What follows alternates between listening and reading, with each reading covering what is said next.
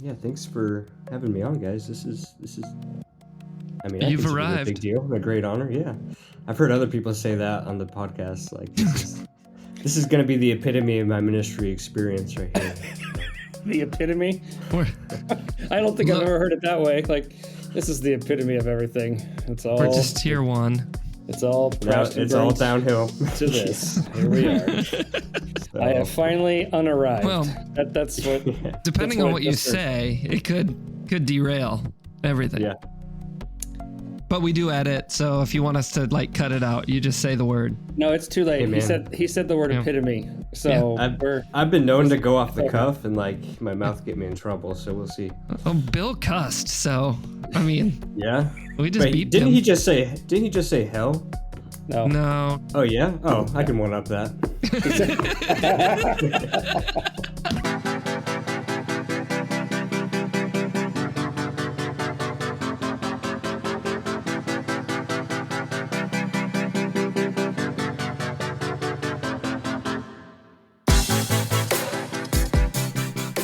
Welcome back to the Ministry Without Hating It podcast, a ministry of Odyssey Haven coaching and counseling dedicated to the pursuit of answering the question, is it possible to do ministry without hating it? We have a theory that it just might be. I'm Chad. That's Brenton. Yep, I'm here. Yes, you are. And we are back after a summer hiatus. We gave a little... We gave some predictions for our summer in the last episode, because the last time we actually did this was in May, which is like 3 months ago for timestamping this now. Yeah. It was long enough, Brenton. This is no joke. When I pulled up my mic, it's on a boom stand here on my desk, there were literal cobwebs on it. Oh. I'm not kidding. It's been that long. Yeah. And apparently I've forgotten even how to do this, because you'll see at the front part of the interview, my computer was using my computer mic and not my podcasting mic. And so there you go. Sorry, everybody. Amateur hour. Welcome back from the summer. Did your summer prediction come true, Brenton? Was it as good as you said it was going to be? I don't remember what I said 3 months ago. You don't listen to our podcast? Is that what you're saying? I listen the first time when we record it, and it's amazing when it comes out, and love it that way. We could use the downloads though. So like if you could start listening to it. Tell your friends. Tell your friends. It's bad enough our wives don't listen to this, but now my co-host doesn't even listen to my own podcast. I listen while we're talking. All right, so I'm not putting him on blast. I have the benefit of being like the final filter, so AJ will cut this together, and then he and I will go through and make sure anything needs to be cleaned up, that kind of thing. So I get to listen to it right before it comes out. But I think we did prove I am more dedicated to this than you are, obviously. I just trained up and handed off the editing. But did you? I'll take credit for it. Okay. All right. That is such a senior pastor move. Good job. Yeah, all right. Yeah. So speaking of senior pastor moves, I was going to say, this is actually a really good segue. We're talking about raising up and trusting and empowering the next generation, and specifically the next generation of leaders. We have a great episode that focuses specifically on that. And we got to sit down and have a conversation, long overdue, with our mutual friend, Pastor Joe Martin, pastoring in Fort Wayne, Indiana, not far from you, Brenton. Yeah. And we've gotten to know him through different NextGen camps and leadership events and things like that. And we've just really appreciated his heart for ministry and specifically for NextGen. And this was a great conversation. Yeah, I'm bringing a student down to the college there tomorrow, so I'll see him in live person. So you can actually thank him again for what he has given us. Yeah, for sure. So a lot of great wisdom, a lot of great insight, especially if you are listening and you're a senior leader and you're working with NextGen leaders specifically, or anybody. He's got some great insight within that as well when it comes to interacting and leading and empowering. And so really excited for everyone to hear this episode. And so without further ado, we hope you enjoy our conversation with Pastor Joe Martin. Well, it is our privilege to welcome our friend and quite possibly the most handsome guest we've ever had, and that's saying a lot. Pastor Joe Martin, welcome to the podcast. Guys, thanks so much for having me.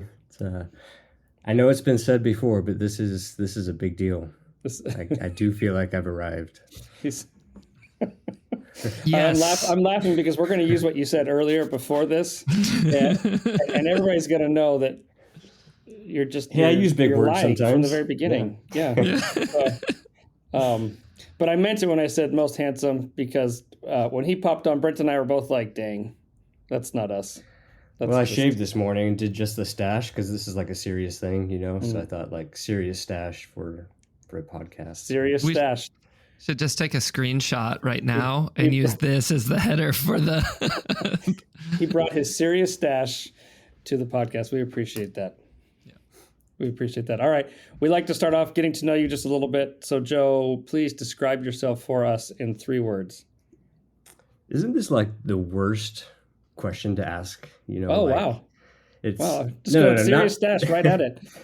Well, you know, we don't mess around, but the worst I was thinking about this. I like to lead with the worst question ever. Yes. Yeah, it only goes downhill from here. So just hang on. We got a worse one next. Remember, this is the epitome of your ministry career. That's right. So go ahead. Self-evaluation is always hard, you know. So it's like these are the worst questions to ask in like job interviews. Like, oh yes. Your 3 strengths or 3 weaknesses, but I did do it. I wrote some down. Okay, let's have it. Because I think self-evaluation is important. So I would say I'm fun.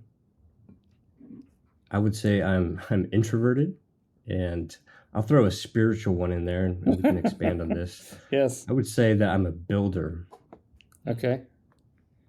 All right, now unpack those for us and how those actually connect. And then I would like your weaknesses. Because you said so. This is a job interview. Well, so. I work too hard. I play too much. I care too much. Yeah. You know, I think it's for me in that word fun.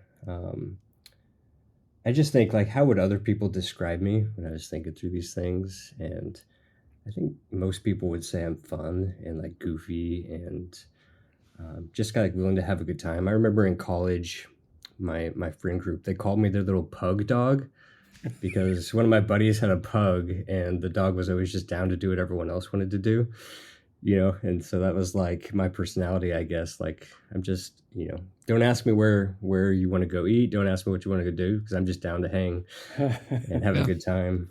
So I would say that. And then, man, the older I get, the more...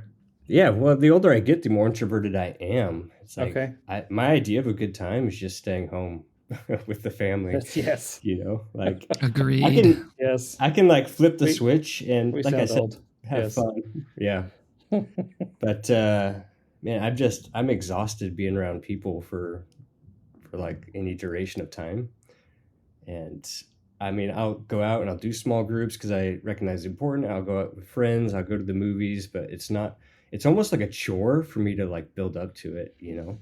Once I'm there, it's because again I'm a pug dog. I'm just like, hey man, we're here to party. But if you give me the option, I just want to stay home. Yeah. Yep. You know, this has come up actually even recently in our last episode with Melissa Brotherton talking about introverted. And I asked, and you tell me what you think. I wonder if some of this has to do with because of the nature of ministry and you are always on with people and a lot of times it's more giving than receiving, and that's just not complaining, that's just what it is. Yeah. And so I wonder if that plays into, because I'm the exact same way. I'm just like, when I'm done and it can be even hard sometimes to engage and find more, which is not great for my family in those spaces. But I mean, do you think any of that plays into it for you? Yeah, definitely. I think, you know, I know there's going to be a question like, what is ministry? Ministry is people.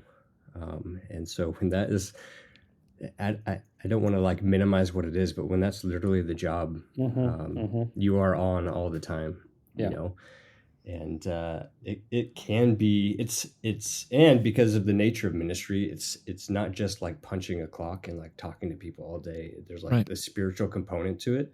And there's a spiritual nature that can be so draining. Yes.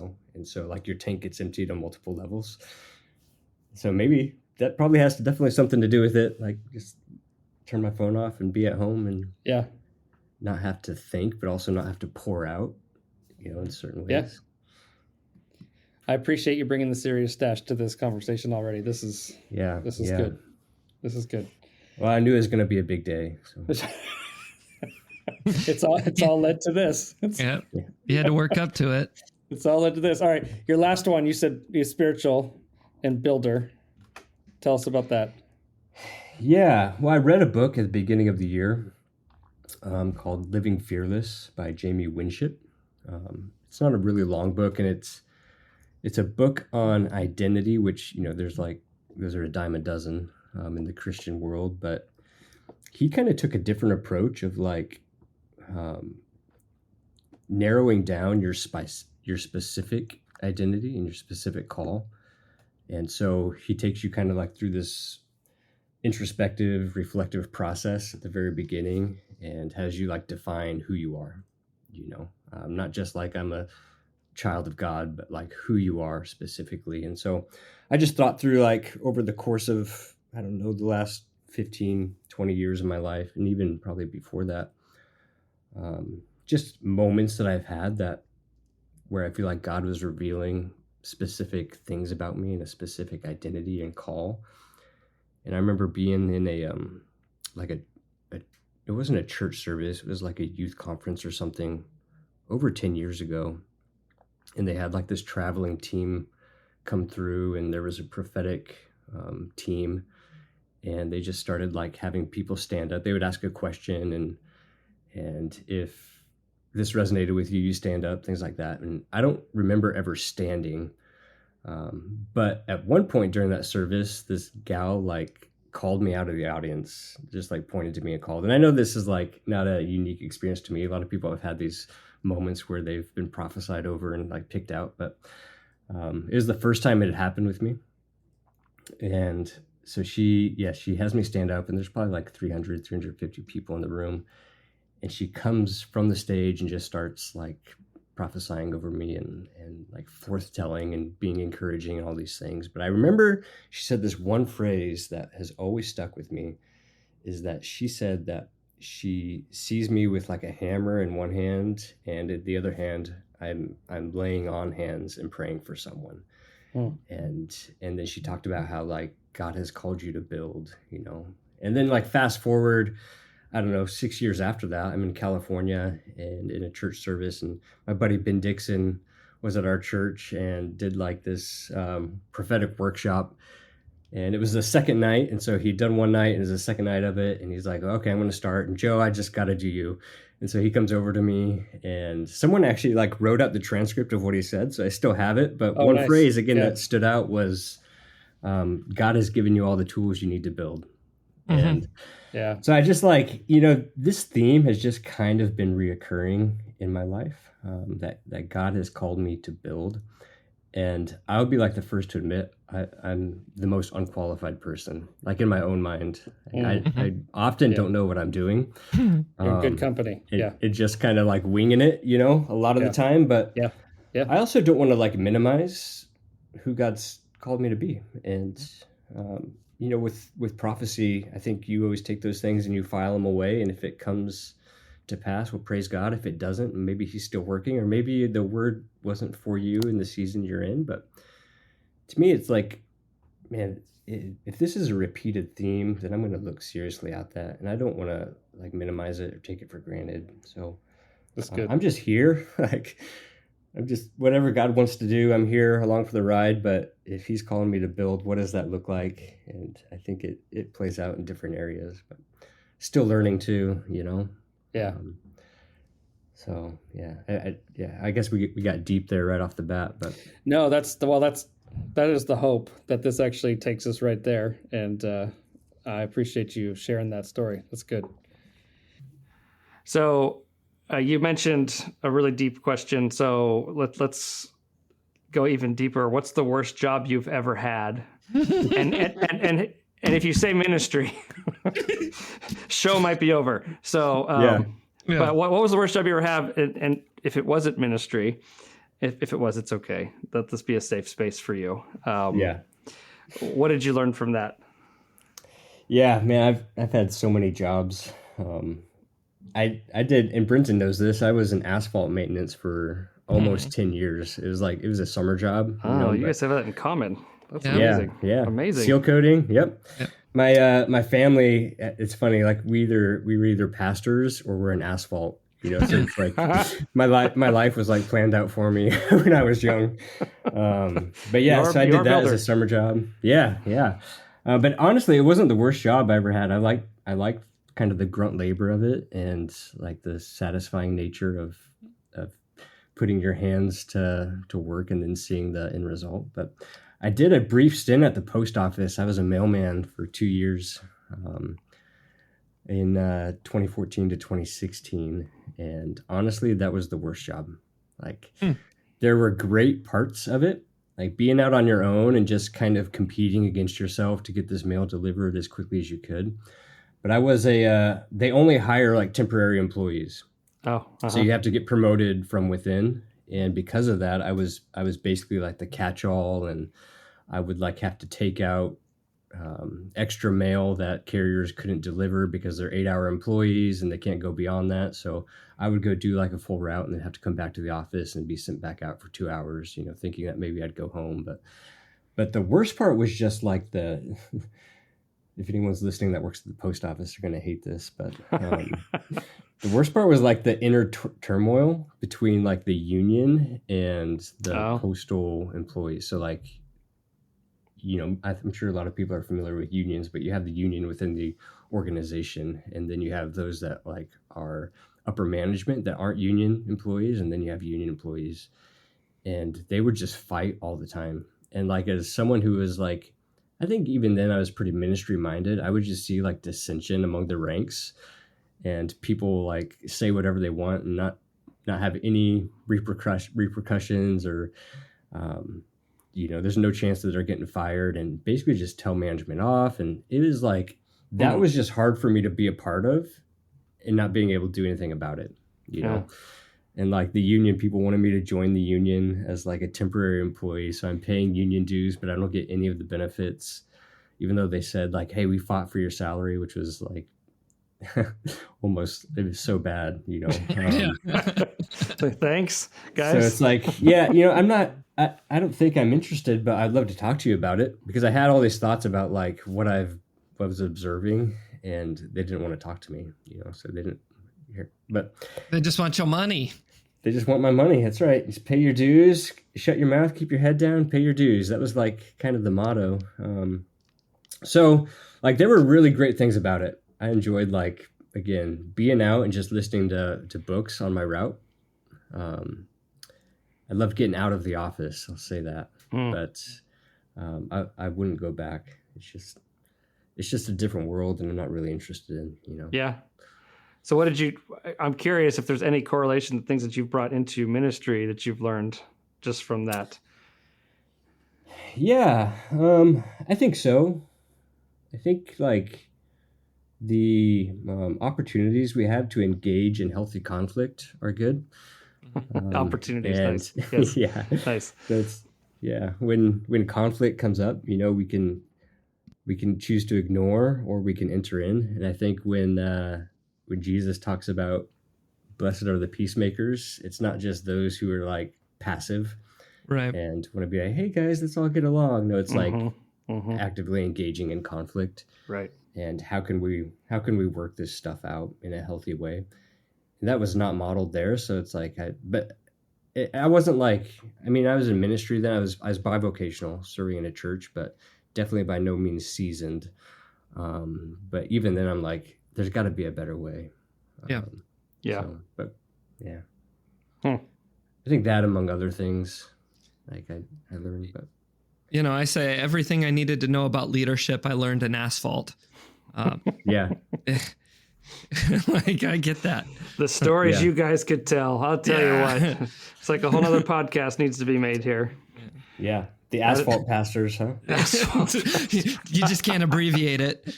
I was gonna say, I was just gonna make that joke. Dang it! Sorry, I stole it. Wow, that was so hidden in the subtext we can't even bleep it. So there you go. There you go.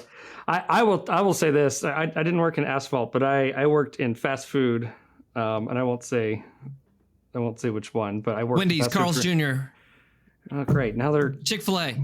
I wish it was Chick-fil-A. I would actually probably have a different. It was Wendy's. Okay, it was Wendy's. Anyways. Oh, nailed it first time. Yeah, you did. But I tell people everything I needed to know for ministry. I learned working in fast food service because there's a level of humility. I'll just may say it that way, that you get to experience whether you want to or not.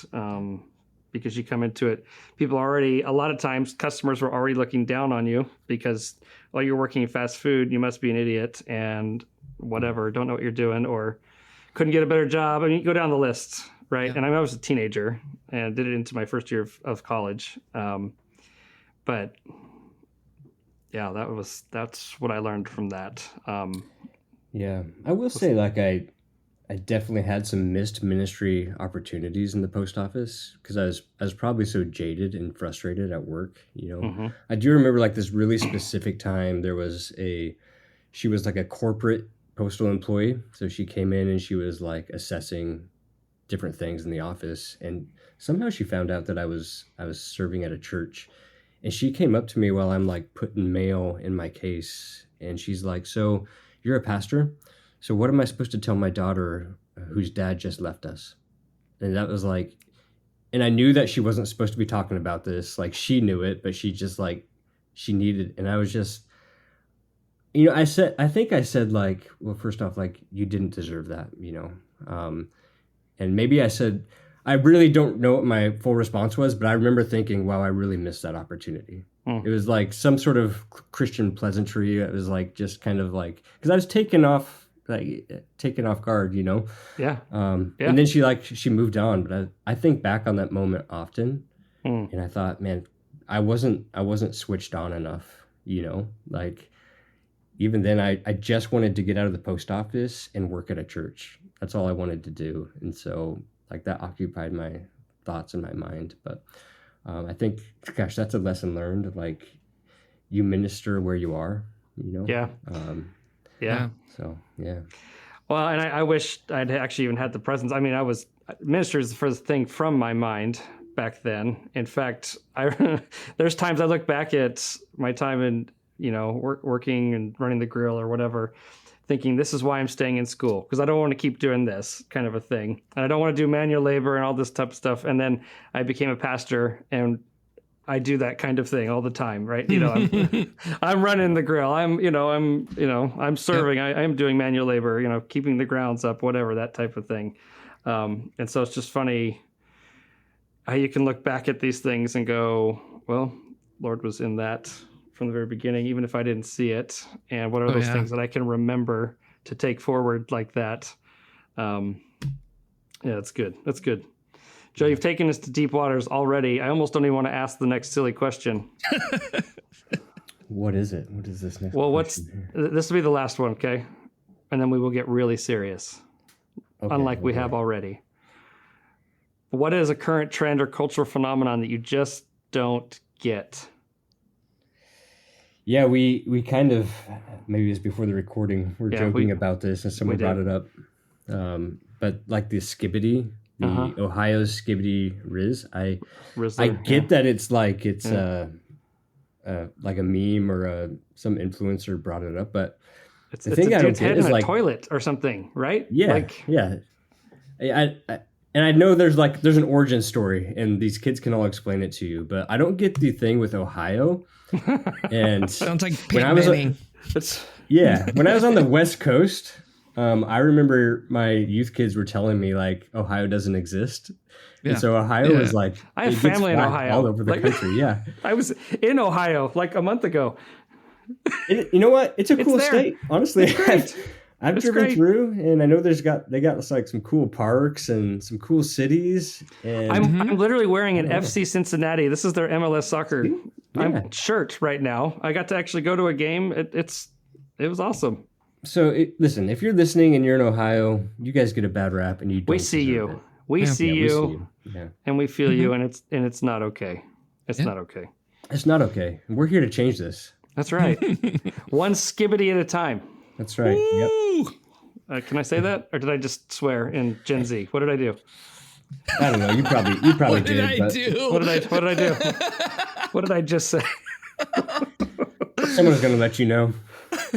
Joe, I just want to say you led us here. This Yeah. is your fault. Yeah, I did. It So- reminds me of like going on mission It'd be trips. worse. They tell you like hand signals that you can't Oh, make. sure. You know, like Yeah. put Yeah. your hand on it. Same thing. Like things we should not do. Well, we all need a Gen Z in our life, you know. Yeah. Like we need someone to help keep us maybe not relevant, but maybe appropriate. Uh-huh. you know? Yeah. I've got two. Our youngest, we're not sure because I don't know how they define. He might be in the next, like, what are they, alpha? Is that what where they're Alphas, at yeah. now? We're literally running out of names for generations Yeah. now. We just go to Greek letters. So whatever. Anyway, Bravo's All right. next. so you let me pivot away from this, Joe. You've talked to us a little bit about some of your ministry story and even the catalyst that started all these things. Tell us what is, because ministry roles specifically can be nuanced, and your title can say one thing, but you do another. So, how would you define your ministry role or even your assignment right now? Yeah, so my title here at the church is NextGen Pastor. And I think probably that's like a newer within the last decade term, NextGen, because churches like can't always like have a kids pastor and a youth pastor and a young adults pastor. So mine's kind of an umbrella term. And when we got the call to move to LifeBridge, Pastor Bill was looking for a kids pastor and he was looking for a youth pastor. And we were kind of in a season where we felt like the Lord was moving us out of those specific ministries. So we weren't interested, like in our initial conversations, but we committed to having more conversation. And so the role kind of morphed into this next gen role. And again, maybe going back to like this builder idea, Yeah. I felt like our assignment was to help build up these ministries and then eventually pass them off. And so Okay. that's what we do here at the church. My wife is the kids director, and I'm just the pastoral oversight. So really focused on like building up teams and volunteer care and parent relations, casting vision. And then I do like the main operations of youth, but again, really focused on building up the team and kind of looking for who the next is. And then young adults, I don't actually have to, we have another pastor here on staff, Sarah, she leads the young adults. But then I started what's called the Bridge College here, which is a micro campus of our Foursquare University, Pacific University. And so that was another one of the goals that I had like coming in, and part of the reason I was hired, because I had experience starting a micro campus in California where I was. And so Pastor Bill was really interested in that. So we started that, and just, again, kind of building this ministry up, and really excited for where it's going. Like, we start really small, but I think we're at a point where we're really going to start gaining some traction with it. And so that's what I do here at the church. And then I am what Foursquare calls a Regional NextGen Mobilizer for the Central District. And so I have a region of Indiana, Chicagoland, and Michigan. And really just helping network, I guess, is like a concise term for it. And support and encourage NextGen leaders and pastors in this region. So, yeah, that's where I'm at. So were you doing NextGen previous to coming to Fort Wayne as well? Yeah. Yep. Yeah. So I've been in NextGen Ministry of some sort close to 15 years now. Okay. My wife and I started in Idaho.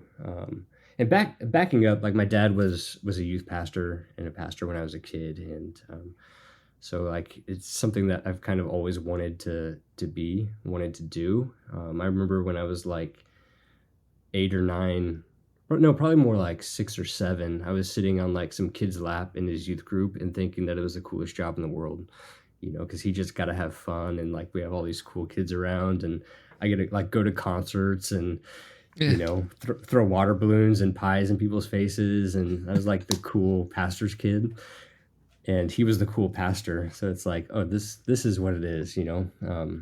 Youth group So in the 90s. Oh man, yeah, the attractional church, Yeah. hundreds of kids, you know. Yeah. Yeah. Yeah, so I've always had like this, I guess, desire to be in ministry, and specifically NextGen Ministry. And my wife and I got married, and we were kind of in between churches and looking around. And like 2012, we got asked by my uncle, who was a part of a church startup, if we would be interested in helping out in the NextGen Ministry, because the pastor's son was leading kids and youth. And they needed help. So we said yes. And I kid you not, from the very first day we showed up, we were serving in NextGen Ministry. No background checks, no volunteer applications. And we had not sat in service in that church for probably 2 months. So we were just helping in kids and youth. And it was so fun. That's how they do it. It's not super kosher. No. I don't encourage Warm body, that. but yeah, keep going. Yeah. So it kind of evolved from there, and then we took on kids ministry, and then we took on the middle school, and then we took on high school, middle school, and then I completed a bachelor's online in ministry. I was working at the post office at that time, and really felt like the Lord wanted us to be in full-time ministry, you know. And I say that, and I think that's true, but also that was like my heart's desire, you know. Mm-hmm. And I mentioned this a little bit earlier, where it was like, while I was working at the post office, I just wanted to be out and be in a church, you know. And so it kind of it formed the way I was thinking as I was working at the post office. And I remember like praying and crying out to God one night, and he just like told me to be settled in the season. And so then I like took my resume off all these church sites like Church Finder or Staff, whatever they're called, church staffing, and like I just stopped, you know. And it was like a switch flipped, and like I was like, you know what, if this is where God you have me, then I'm gonna serve at the church that we're at, and I'm gonna be a mailman, and I'm gonna look for opportunities, you know, while I'm here. And 2 weeks after that, literally 2 weeks, almost to the day, I got a call from my former kids pastor in Northern California, and they were looking for a youth pastor. So he was my former kids pastor because we lived in California in the 90s for a couple years. He had then moved into the senior pastor role, and gave me a call because we were friends on Facebook, and said, hey, would you consider moving back to Crescent City, California? And things evolved, and we moved there in 2016 and took the role of youth pastors. That's a crazy story in of itself. Like, just my wife, we had our first daughter, Kennedy. She was born in February of 2016, and we moved in August of that same year. And all of our family was in Idaho, you know, so we're taking like the first grandbaby on Becca's family side. And Yep. Dude, you know, we did the same thing. Yeah. yeah, Same yeah, here. so, you know, Something similar. right? Yep. Crazy. So it's like, yeah, but when God calls, and this is kind of another theme in my life, when God calls, the only answer is yes, you know. Like, obedience is the only option. That's good. And you wrestle through things, but like Becca, she did not want to move at all. And I understood, like, you know, again, that was like, that was home for us. We were pretty stable at that time. And she had actually been to Crescent City because we took a motorcycle trip there once, and she was not impressed. You know, it's kind of like this old coastal California town where it's very wet, Pacific Northwest, old fishing village type. And so it's like, you know, the area wasn't appealing. Yep. And she was just like, you know what, I guess I'm going to commit to praying about this with you. And so she prayed about it, and God said, you're moving to Crescent City. And so we moved. Yeah.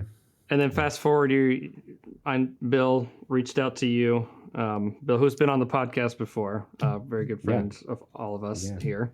Your leader currently reached out to you and said, hey. Yeah. I mean, kind of. wasn't quite as it was organic, but maybe a little bit more subtle the way that God was working. So we were in Crescent City for 6 years, and I will always look back on that time and just think of it as like the golden years of ministry for me. Like, it was so much fun, and it seemed like everything that we were doing, God was just blessing, everything that we were a part of. Because again, I always feel like super unequipped, and like I don't know what I'm doing, but something is happening. Yeah. And so it was like, it was so fun. Just, I had like the best relationship with all the staff there. My best friends in the world are still like in Crescent City, and they're like former pastors on staff. And I just learned so much, grew so much. I just felt like so honored to be a part of this awesome team at that church. And so saying all that to say, like, we did not want to leave. It was so amazing. We were living like on church property in a pretty nice parsonage, which I think are rare these days, Yeah. Oh yeah. And nice parsonages are rare. Like, there are parsonages out there, but nice ones. Nice ones. Yeah. That's like, this could be home for us. Yeah. And so, we didn't want to leave. We were there 6 years. At the beginning of 2022, we got a job opportunity at a different church to be lead pastors. And it was basically, hey, this is yours if you want it. Becca and I both felt pretty quickly that it wasn't the right thing for us. Like, we loved that community, and it was just a couple hours south of where we were. We loved the people on staff there. We loved the former pastors, and we had like relationship, but we just felt like that wasn't what God had for us. But we committed to like going down and praying. So we went to the church and we prayed and we talked to some people, and like myself, Becca, and we brought our 2 girls with us. We all prayed as a family in the sanctuary, and like we all felt like we could do this, but like God would bless it, but it may not be like the right thing, know what I mean? Absolutely. If that makes sense. Yeah. It was like super clearish. But we did feel like at the same time that God was releasing us, which was like a really hard thing to comprehend, because why would you release us from something that's so amazing, and so that was the beginning of 2022. And I let my pastor know at the time. His name's Roger, and we were just so close. And it wasn't only honoring to him as a pastor to like let him know that transition was coming, but also like he's my trusted friend and mentor. So we were in communication about that, and we're like, okay, we'll just be open-handed with whatever is next. So I didn't like put any resume out there. We weren't searching for anything. Fast forward a few months, we went to Foursquare Connection in Orlando that May, and through a mutual friend, I was introduced to Pastor Bill and Pastor Grace, and we met in this cafe and we're just talking, and that's when I found out like they're looking for a kids pastor, they're looking for a youth pastor, and again, it's like, well, that's great, wish you the best of luck. But I got his number, and something just told me that we should continue the conversation, and so we started having some phone conversations, and like I said, the role kind of morphed, and it was just clear very quickly that God was in it. And I've never felt more anxiety or panic than when I knew we were moving to Fort Wayne. I'm not an anxious person, and I've never had a panic attack before until like I was sitting in the hotel room in August of 2022 here in Fort Wayne, knowing that we were moving. And that was like, it was hard to reconcile. And why is that? I think it's just the why, but you're talking to a Hoosier here. I'm married to a Hoosier, so why? What was the anxiety from? Well, truthfully, like I wasn't impressed with the state. I wasn't impressed with the city. Like, Ohio, you're cool. Indiana, Indiana, not so much. I will say though, in fairness, like I have really grown to love this place. Yeah. I love Indiana. I love Fort Wayne. But for whatever reason, when we were here interviewing, I was not impressed at all. And I think that was also a God thing, just telling me that hey, it's not about location, you know. It's that obedience. Yeah. So yeah, Becca. There were some things that Becca liked about it, but neither one of us. Like I'm from Idaho. Like I need the mountains, right? I'm like Yes, a I get northern Idaho. Was raised in the hills. Was raised in the mountains. We had dirt bikes and ATVs and guns and like just like public lands out my back door. And so I come to like the flatland of the Midwest. Yes. With corn, right? And Yes. soybeans. Yep, that's all there is, and corn sweat, which is a thing. That's right. Yeah. And we're experiencing that this year for sure. Yes. Yes. So, yeah, but that really wasn't like the heart of the anxiousness. It was just like leaving a place that we loved and family and going someplace new and unknown, I can totally identify with you on that. Like we loved Oregon, and when God called us out to Indiana, we actually didn't come and look at Indiana before. That was one of the things they said, do you need to come? We just came. But it was the same thing where we loved our house. Or like we loved the people around us. We loved our church. We loved our family, all our families there. And yet God was moving us in a direction. And like you said earlier, like obedience is the only option. And so when it came out, we're like, should we go? Well, we feel like the Lord is calling us to this. And if we say no, we will be miserable.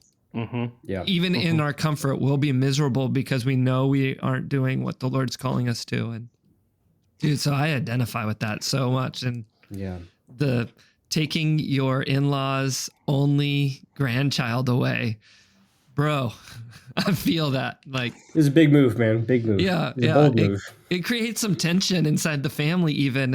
And like you have to reconcile those things within the family and all of it. Yep. No, I understand all of that as well. I will say though, and I think you've both said it, there are the unexpected blessings that come in that. And you settle and it becomes home and in a way that you never thought would. And it's good. Yeah, it's good. Joe, you talked about maybe the inciting thing way back when you were a kid when it comes to NextGen Ministry. This was the cool thing. Obviously, that's not the thing that sustained you these many years through it.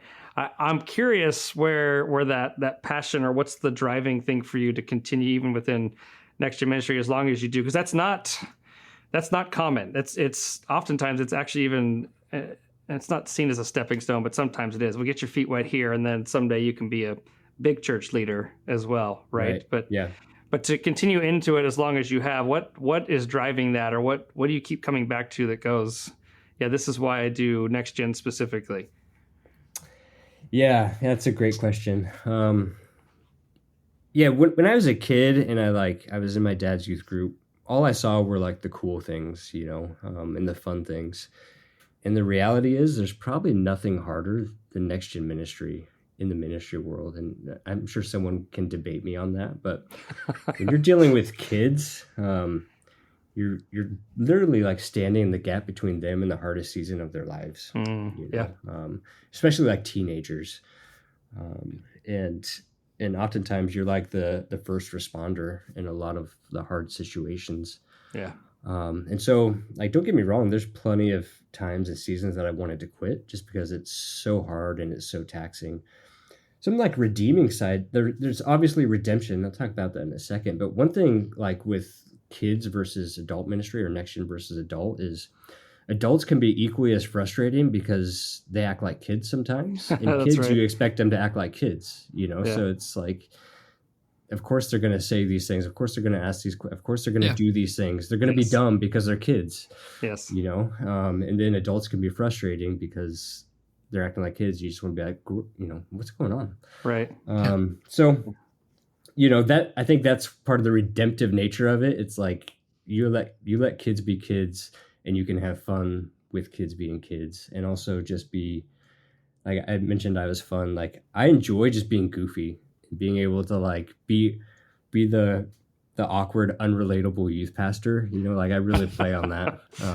Or kids leader. Where you could just be super expressive and animated, and so that's like a fun release and outlet for me. But I think the most sustaining thing is when you're walking with like a young person through one of these hard seasons and you see like aha moments, or when you see things just click.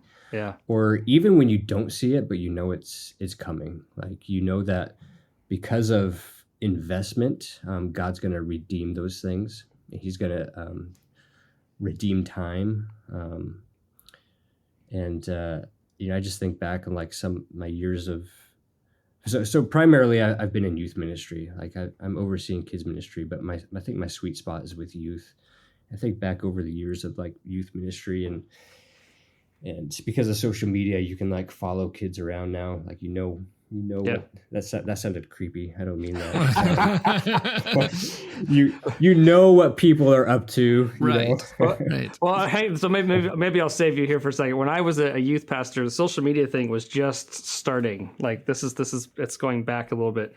In fact, we have a mutual friend, Gary Roca, who was actually in my youth group. And I will never forget. So I had my ups and downs with Gary, and I'm so proud of where he's at now. But there was a moment where I was getting emails from other parents of, hey, what is this thing? I think it was Zynga at that point. I can't remember. It wasn't quite Facebook yet. And they're posting these things or whatever, but they could still interact. And what's all that? And so I'm like, well, I'll just get an account and go see for myself. And Gary discovered that I was on there, and he actually posted, hey guys, Pastor Chad has an account now. Watch what you post. And all of a sudden it was, I'm not kidding you. It was like maybe 2 weeks, everybody cleaned up what they were doing. And then they didn't care after that. So when you said you can see what they're doing, I know exactly what you're talking about, because that was my, my thing back then. It may have been MySpace. I can't remember, but whatever.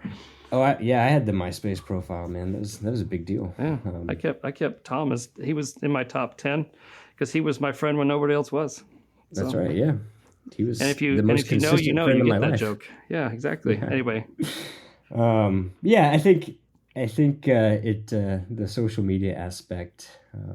You get to kind of follow these kids' lives, and and sometimes it's really disheartening to see a young person who you invested so heavily in, and their lives on social media, at least, are not a reflection of what you feel like the Lord has done in their lives and done in their hearts. Yeah. But also, like, the flip side of that is the ones you feel like maybe had no chance are turning their lives around. And so that's a really rewarding side of things, just knowing that, okay, like maybe all those hours that I invested, maybe they paid off. But also there's just nothing better than like seeing a young person on fire for God. Yeah. In a culture that's set up so against them, with all like the pluralism and the privatization and the secularism, and it's worse now than ever before. And that's probably a cliche, but I really believe that. And everything is just set up against them. So when you see like a young person just get it and be like, you know what, I'm going all in. Because I tell kids this all the time. You have to decide. You have to choose who you're going to be.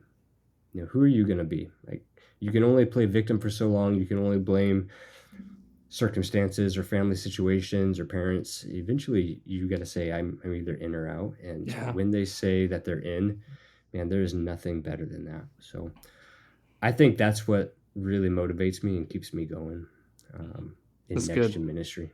That's good.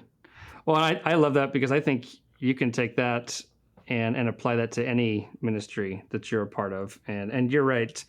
NextGen has its unique,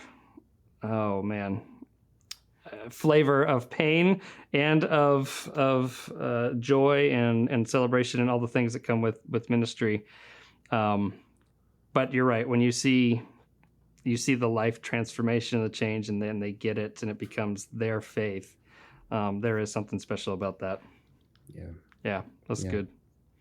I'm curious, as you're walking with in your other role within the region or the area mobilizer, and you're working with other next gen leaders. What are some of the trends or some of the things that you're seeing that I don't want to say universally because I think everyone's got their own context, but what are some of the consistent themes or things that they're having to walk through that really should, I think, any leader, especially walking with next gen leaders, should be aware of?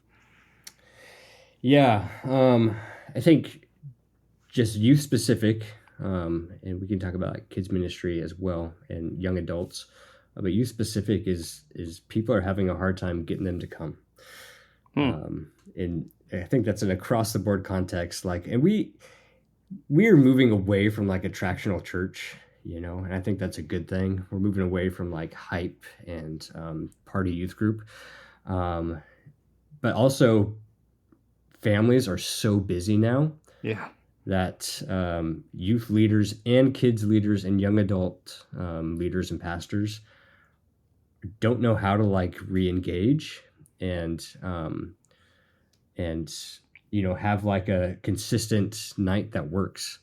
So like I think a common theme is like people are always asking like, well, what night do you do youth group, or what kind of kids events do you do? What do you do for kids ministry that gets parents and kids to come? And how's your VBS working? And it's like part of the struggle is like we are navigating uncharted territory. There's this really great book, and I forget the author, but it's called Canoeing the Mountains. That talks to this idea. Bolsinger. Todd Bolsinger. We're big fans. Okay. Yes, keep going. Oh yeah. Yes. So you guys know. Yep. Yeah. Oh yeah. But the whole premise of that book for listeners that aren't familiar, it's like it follows the Lewis and Clark expedition, and they were river people that had to. There it is. They're river guides that had to become mountaineers, you know, and figure out how to get over the Rockies. And so when we don't have like a blueprint laid out for us of how to do NextGen ministry as far as like an organizational ministry of the church, that's a scary thought. And so my encouragement in response to that is let's just get back to the basics of what it is we do and why we do it.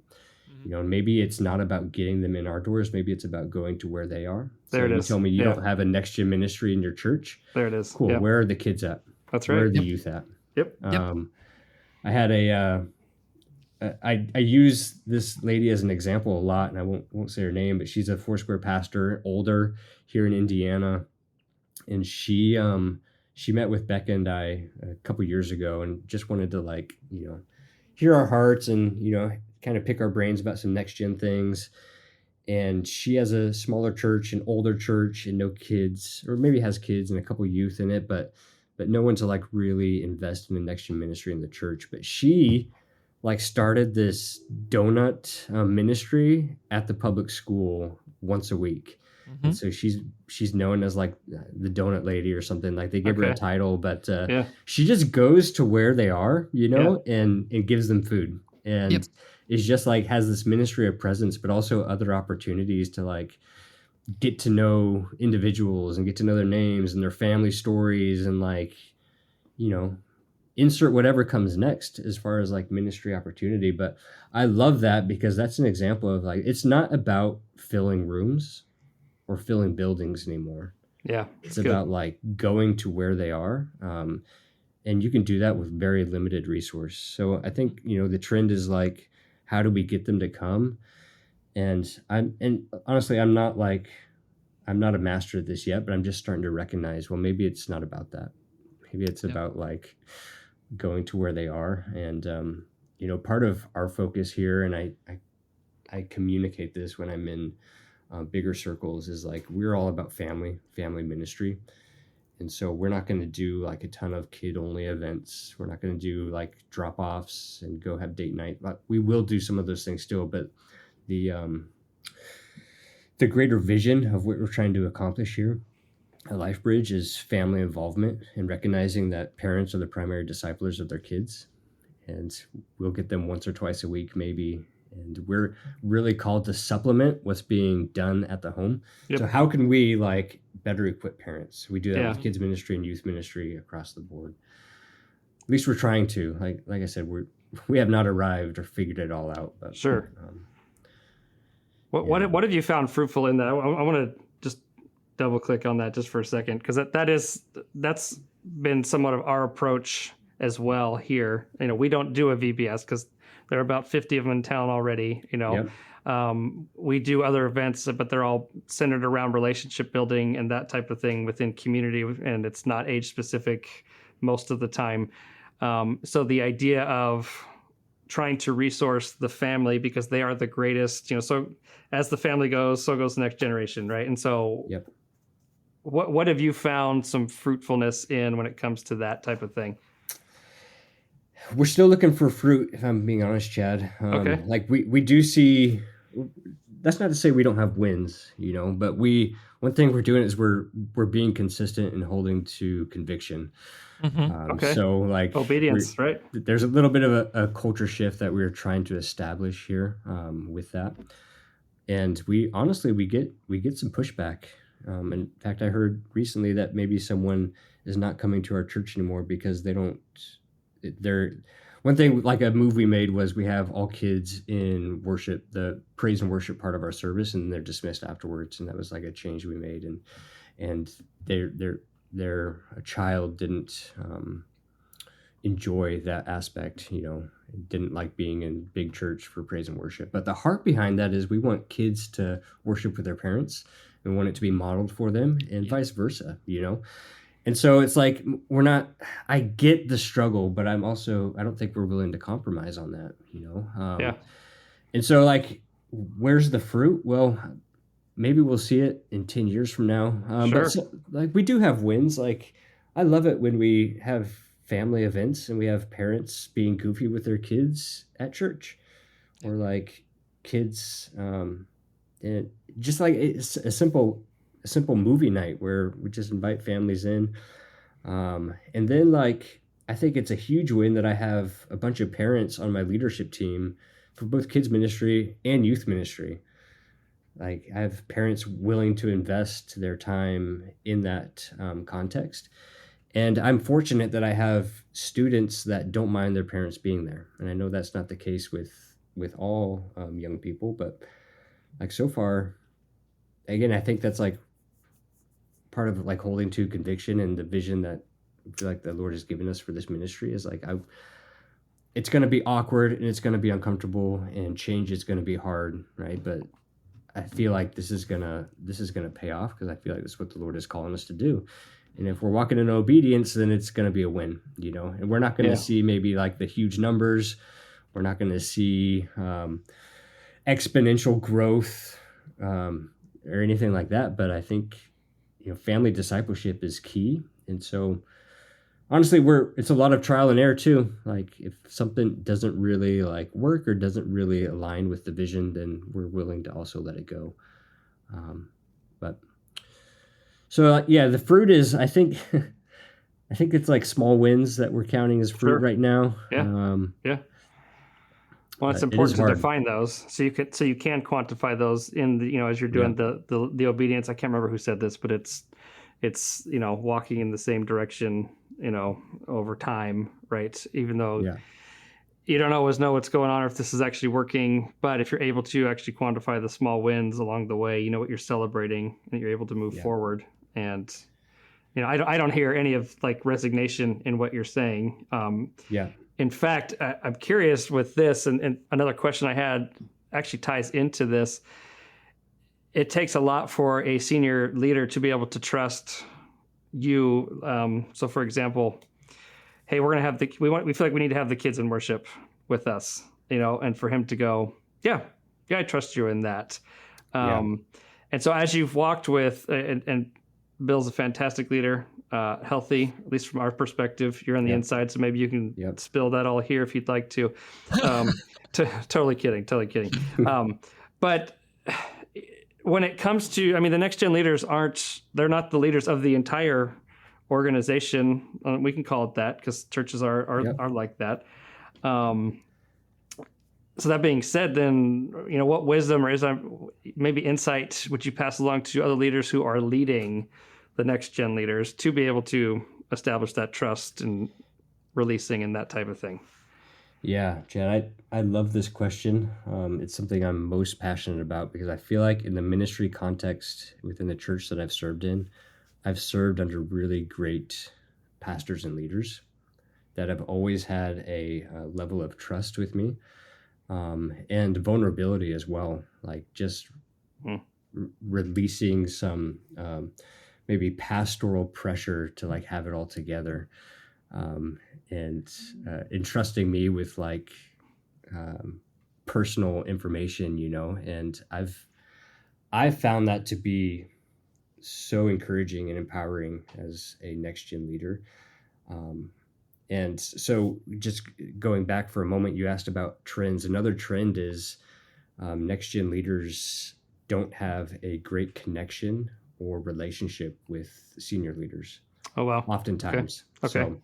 So, which I really really struggle with. So my encouragement to senior leaders listening in on this is I feel like your first responsibility is to pastor your staff well. Yeah. Like Yep. you are a shepherd over your church, but really you have your team, and this is just a model of like ministry and leadership. Like you have your few, and then you have the many, right? But pastor your staff well, and invite them in to like vulnerability, invite them into spaces to share your true heart, not just like your Sunday heart, and also like equip and release, allow space for young next gen pastors and ministers to be messy and to mess up.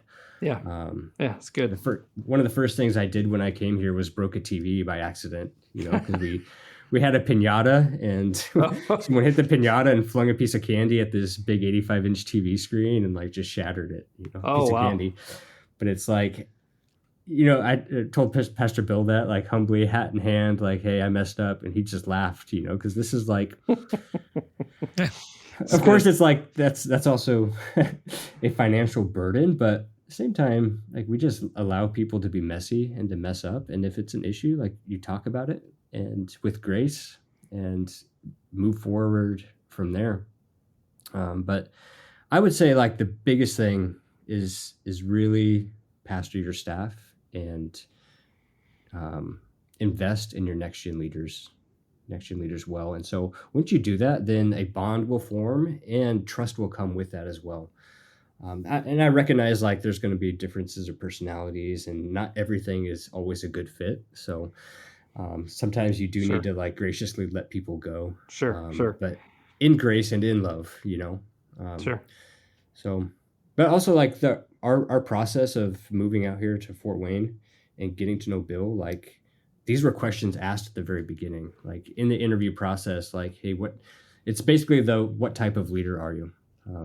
Here's a scenario. How would you respond? And just in conversation, I felt quickly that Pastor Bill and we were going to work well together, and that, oh, here's another important thing. Like he valued my family more than he valued what I could do for the church. And that was like good. A non-negotiable for me, It's good. Like I'm still too young in my ministry career to like not invest in the most important things in my life, and those are my wife and kids, Right. So I don't want to learn this lesson when it's too late. So Right. It was like it was a priority modeled for me when I was in Idaho, when I was in California, and now because of those things, I was like, anywhere we go next, I'm going to carry this with me. And so like, even if you're a young next gen leader and you're not married, you're single and you can devote like a lot of time and you have a lot of energy to devote to the church, you still need to like have these conversations. What is your personal life more precious than what you can produce for the church? And is your spiritual life more important, and are those the conversations that you're going to have on a weekly basis with your lead pastor? And I do mean like you need to have like weekly conversations. Yeah. I think that's so good. And I think one of the things for me as I lead, especially next gen leaders, typically they are younger. That's just the way, not saying that's what it is across the board, but typically are younger. And when it comes to situations, I have to, for me, I almost always go back to how my pastor who gave me my first shot interacted with me around my mistakes. And I've even said out loud before, man, it's a good thing I was never a young leader once, right? Like I never had to have this all figured out, that kind of a thing. And I think it does, I say that out loud as a refocuser of like, no, this was part of, myself being raised up. I have the opportunity to do the exact same thing, to empower and to release. And I think if we can keep that, in the forefront, that really is that discipleship and raising up and walking with. I think that's the thing I always want to keep at the forefront of my mind too, when it comes to working with those who are serving with me, is I'm working with them. I don't even like when sometimes they'll joke around and call me boss. I don't even like when they do that, at any staff level. And they know that. They do it to actually poke at me at this point. But it's like, I don't feel like I lead that way. I don't expect that way. I'm walking with you. There are some things I am out in front leading when it comes to, but that's also the nature of the role. But I don't ever want to carry it. And I think any lead pastor, senior leader listening and interacting and leading a staff of any level, I've just found that to be, we're talking about fruitful.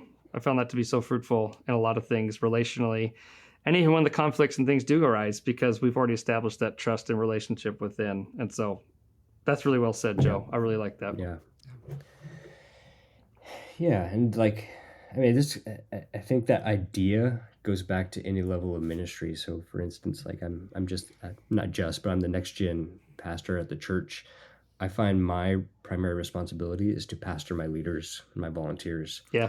Absolutely. This is trickle down economics. That's right. Like if they are healthy, then the ministry and those that are serving are going to be healthy as well. So I invest heavily in my leadership team, and parents as well. But my leadership team here at the church, because man, I value them as people. I value their commitment and their sacrifice that they're making. None of them are paid to show up.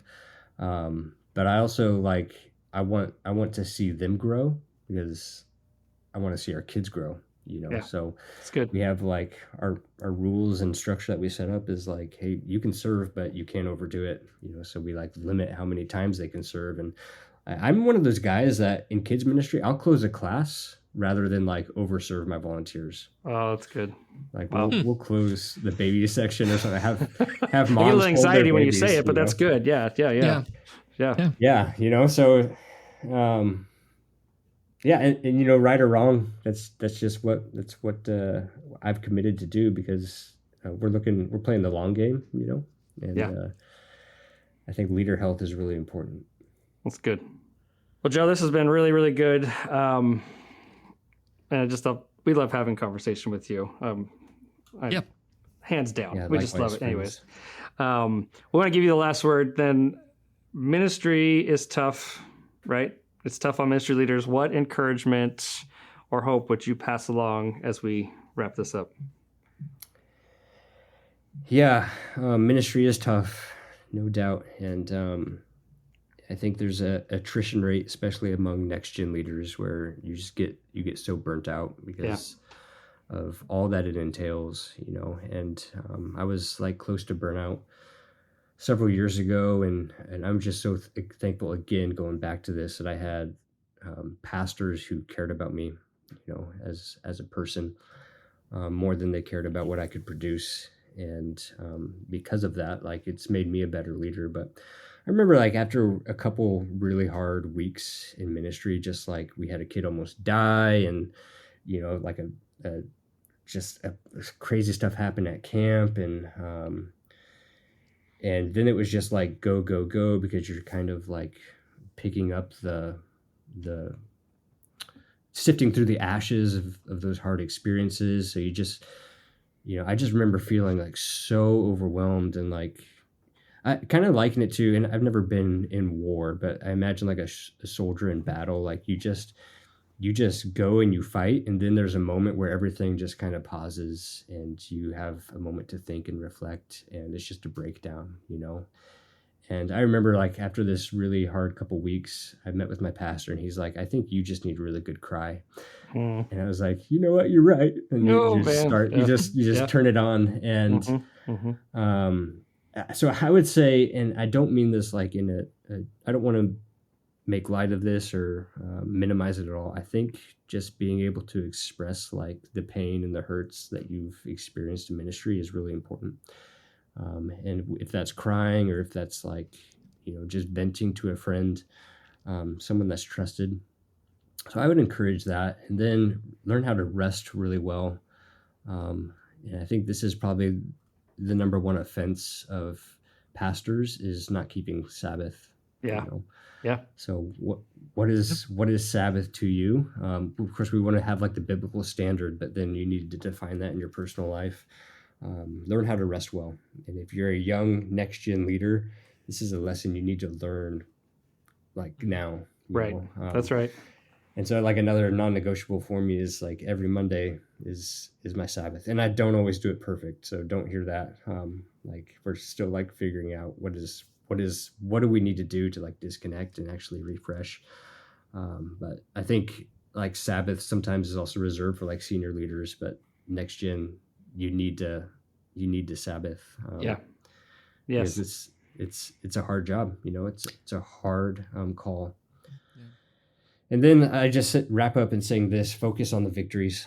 Again, right. A lot of like the hardest things in NextGen ministry is just like walking with someone and then seeing no fruit from that, or like having kid basically, figuratively slap you in the face, or betray you, or like I've had kids flip me off before that I've discipled for a long time, and, and it's like, what is going on, and you can really ruminate on those things and get so disheartened, but focus on the victory, like when you're up all night in a hospital room because a kid is on suicide watch, and then you see that kid worshiping Jesus, at the front of at the altar. It's like, this is why we do it. Yeah. So focus on those things. Like I'm reminded of the scripture that says like, dwell on these things, whatever is good, whatever is pleasing, whatever is perfect. We dwell on these things, right? So that would be my encouragement. And stay the course. Like if God called you, like does God's call change? I think situations change and circumstances change, but if God called you, are you called? And what do you do about it? Yeah, that's good. Well, Joe, this has been great. A lot of good stuff, and I hope people hear this and go, maybe I'm not in NextGen Ministry, but a lot of these principles apply directly to any form of ministry. And so, well said. We are so grateful for you. Thank you for bringing the serious stache to this conversation. I feel like that was all the prep you really even needed, and you nailed it. So, yeah, I agree, man. This is going to be a new trend of mine. Bring out the serious stache. Do it. Well, we appreciate you. We're grateful for you, and thank you for being a part. Thank you guys both. Yeah. Thanks again for listening to the podcast. If you'd like to connect further with our guest, we've made ways to do so available in the episode show notes. If you'd like to connect with us further, support the podcast, or sign up for show updates, just go to withouthatingit.com to get started. And don't forget to subscribe to Ministry Without Hating It wherever you get your podcasts so you don't miss our future episode releases. Thanks again for listening. We'll see you next time.